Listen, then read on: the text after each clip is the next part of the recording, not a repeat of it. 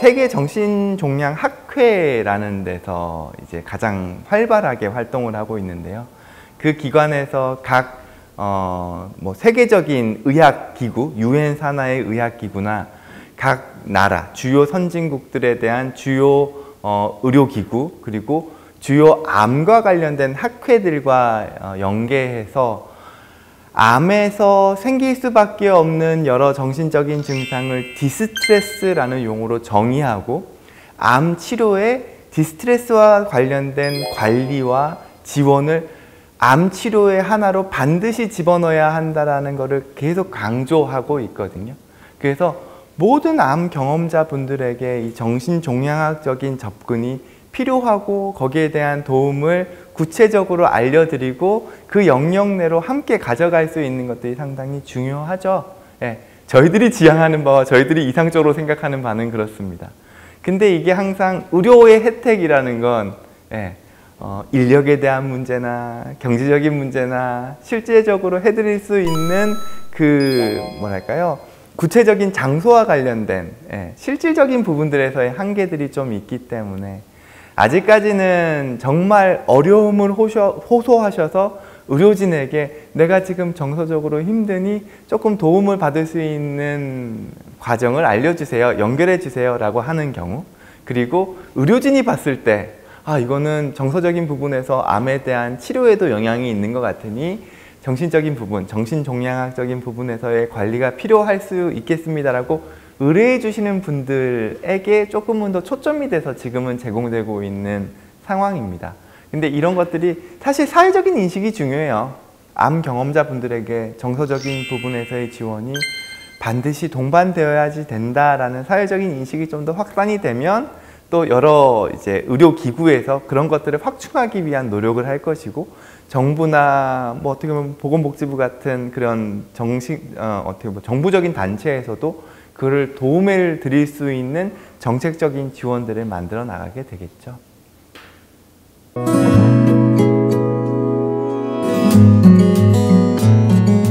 지지치료라고 하나요?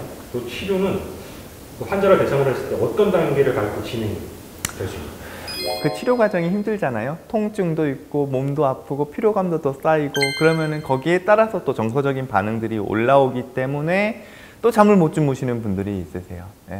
그런 경우와 또 대표적인 경우는 선망이라 그래서 되게 강한 치료들을 우리 몸에서 받게 되면 우리 뇌가 일시적으로 불안정해집니다. 그러면 갑자기 조금 상황에 안 맞는 말씀을 하시거나 혹은 헷갈려 하시거나 이런 증상이 일시적으로 발생하게 되는데요. 그럴 때 정신적인 도움이 급하게 좀 필요하시기 때문에 각 병동에서 정신과로 의뢰를 해요. 병실로 찾아가서 이렇게 거기서 상황을 파악하고 어떤 상태인지 보고 또 도움을 드리고, 그거의 도움을 이후에 치료를 받고 난 다음에도 꾸준하게 그런 부분들의 도움을 받으실 수 있도록 연계를 해드리기도 하죠. 그런 식으로 많이 진행이 됐던 측면들이 있습니다. 근데 지금은 암을 경험하시게 되면은 암 교육 내에 정신종양학과 관련된 교육이 포함되어 있는 경우들이 점점 늘고 있어요.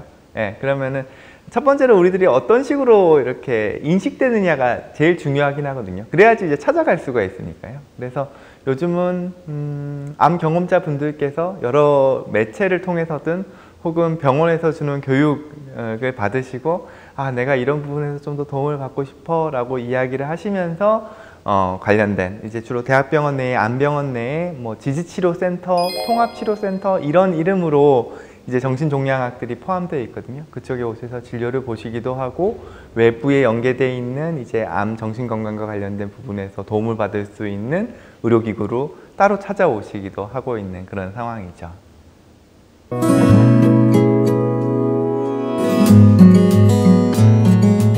구체적으로 치료 방법으로는 어떤 게 있나요? 내가 예전에 술을 많이 마셔서 그런 건 아닐지, 내가 너무 일에 몰두만 하면서 내 건강관리를 못해서 그런 건 아닐지, 가족관계에서 내가 스트레스를 받아서 그런 건 아닐지, 기타 등등등 암에 대한 원인을 자꾸 찾으려고 하시는 경우가 있거든요. 근데 그런 생각들에 지배를 당하기 시작하면은 본인에 대한 자책으로 넘어가기 때문에 우울해질 수밖에 없어요. 근데 사실 그게 바람직한 방향은 아니거든요. 암 치료에도 도움이 되지도 않을 뿐더러 실제로 암의 원인은 그런 일상적인 생활에서의 소소한 원인들은 암에 아주 큰 영향을 미치지 않아요. 내가 아주 위험한 화학약품을 만지거나 아주 암과 관련된 방사능이 막 노출되고 있는 그런 환경에서 근무를 하고 있거나 이런 게 아니라 그러면 일상 요소에서의 소소한 암에 대한 안 좋은 요인들을 다 하나부터 열까지를 생각하기 시작하면요, 우리 일상생활 못해요. 오히려 그것 때문에 스트레스 받아서 더 암에 안 좋을지도 몰라요. 즉 무슨 얘기냐면 일상생활에 암의 원인을 찾는 건 도움이 되지 않는다는 거죠. 근데 그거를 본인 혼자서만 생각을 하시면 계속 그 생각으로 가요. 그렇기 때문에 그런 것들을 같이 조금 이야기할 수 있는 상담적인 영역에서, 대화적인 영역에서 도움을 드리는 것들이 상당히 중요하다고 할 수 있고요. 암을 치료받을 때요, 암 경험자분들, 암 환자분들은 내가 의사한테 물어볼 권리가 있어요. 당연히 불안할 수밖에 없고 치료에 대해서 궁금할 수밖에 없잖아요. 그러면은 의사에게 나의 신체적인 부분에서의 여러 가지 정보들을 전달할 의무도 있고요. 의사 입장에서는 환자가 가지고 있는 치료와 관련된 여러 가지 궁금증을 해소해 줘야 될 의무가 또 있죠. 근데 정서적인 어려움이 있으면 환자가 의사 눈치를 보기 시작하세요. 그러면은 내가 지금 뭔가 되게 큰 불편함을 가지고 있는데도 불구하고 의사 눈치를 보면서 그 이야기를 안 하고 넘어가셨다가 나중에 더 큰 문제가 발생을 하신다거나, 혹은 치료에 있어서 궁금한 영역들이 있는데 그거를 그냥 속으로만 삭히고 계세요. 그러면은 집에 가고 난 다음에 그런 것들이 계속 머리 안에 들거든요. 그러면 어떻게 하시냐면 검색을 하세요. 그럼 검색을 하시면 되게 정확한 정보를 찾으시면 다행인데 되게 조금 어떻게 보면 조금 왜곡되어 있는 경우에 따라서는 잘못된 정보를 얻으시면 그것 때문에 더 안 좋은 방향으로 가시는 경우도 저희들이 종종 보게 되거든요. 그럴 때는 의사에게 오히려 정확하게 물어보는 것들이 필요하죠. 그런 부분에 대한 부분들도 어떻게 보면 정신종양학 영역에서 이런 부분들은 의사한테 물어보시는 게 맞습니다. 안심시켜드리고 그런 방향으로 하실 수 있도록 도와드리는 과정들이 있죠.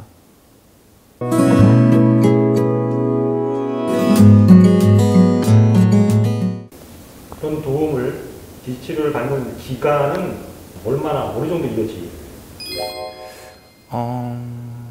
사실 암 경험자분들의 정서적인 관리는 암 진단 직전부터, 내가 암일까에 대한 공포가 있을 때부터 암을 치료하는 과정, 치료 이후의 일상 복귀 과정, 직장 복귀 과정, 그리고 경우에 따라서는 암이 재발을 하거나 조금은 진행암, 말기암의 경우 내가 죽음을 받아들이는 과정까지 어떻게 보면은 그 요소 전반에 있어서 필요하다라고 볼 수 있죠. 그래서 사실 정신종양학이 외부에 있는 게 아니라 그러니까 종양학 내부에 있어야 된다는 이야기가 그것 때문에 나오는 거거든요. 수술을 하실 때는 외과 선생님들을 만나잖아요. 수술이 끝나고 나면은 아주 그냥 오랜 꽤 긴 기간 동안 규칙적으로 보다가 그 다음에는 외과 선생님들을 만날 일이 없죠. 근데 뭔가 수술 부위에 뭔가 불편함이 생기면 어떡하시겠어요? 외과 선생님을 찾아가시겠죠. 그래서 여기에 대한 걸 물어보고 어떤 식으로 해야 될지를 방향을 잡아가겠죠. 마찬가지로 정서적인 부분의 정신종양학적인 접근도 초반에 일단 관계를 트고 나셨다가 도움을 좀 받으시고, 그리고 난 다음에 조금 혼자서 생활이 충분히 가능하시다면 본인 스스로 그런 과정들을 이어가시다가 좀 외부적인 환경이나 순간적인 나의 암에 대한 상황이 좀 바뀌었다거나 나의 어떤 마음 상태가 좀 변해서 내가 가지고 있는 암에 대한 불안이 커졌다거나 했을 때 그때 편하게 찾아가서 다시금 도움을 받으시고 이렇게 접근하는 게 맞다라고 생각을 하죠. 그렇기 때문에 암 치료 환경 주변에는 정신종양학적인 접근을 받을 수 있는 어떤 루트, 창구들을 잘 만들어 놓고 거기에 대한 설명을 충분히 들어놓는 것 자체가 중요하다고 생각을 합니다.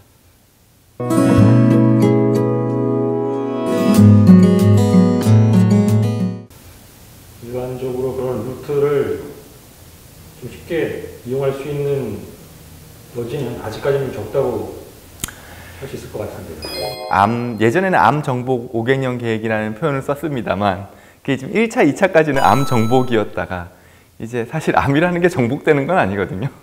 그래서 3차는 이제 암 관리 5개년 계획으로 바뀌어 있습니다. 그래서 지금 3차 기간 중에 있는데요.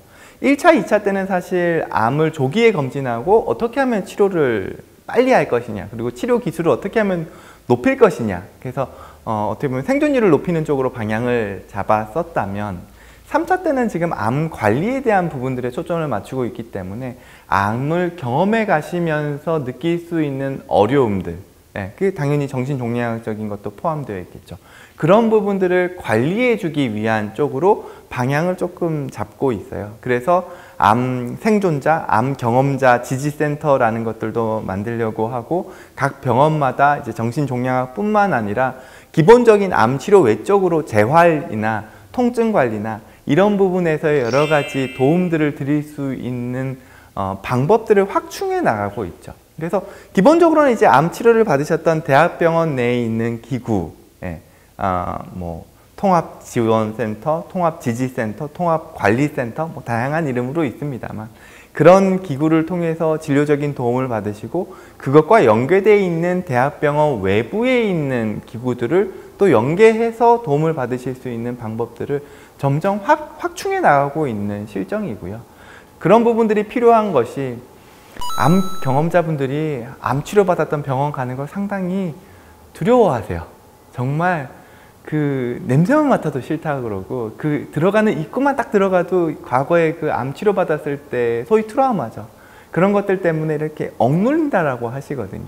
근데 정신종양학적인 접근이라는 건 사실 그걸 풀어드리기 위한 과정인데, 입구에 들어갈 때부터 눌리게 되면 어려움이 있겠죠. 그렇기 때문에 이 대학병원 외적인 부분에서 도움을 드릴 수 있는 방법에 대한 확충들도 앞으로는 되게 중요한 영역일 거라고 생각을 합니다.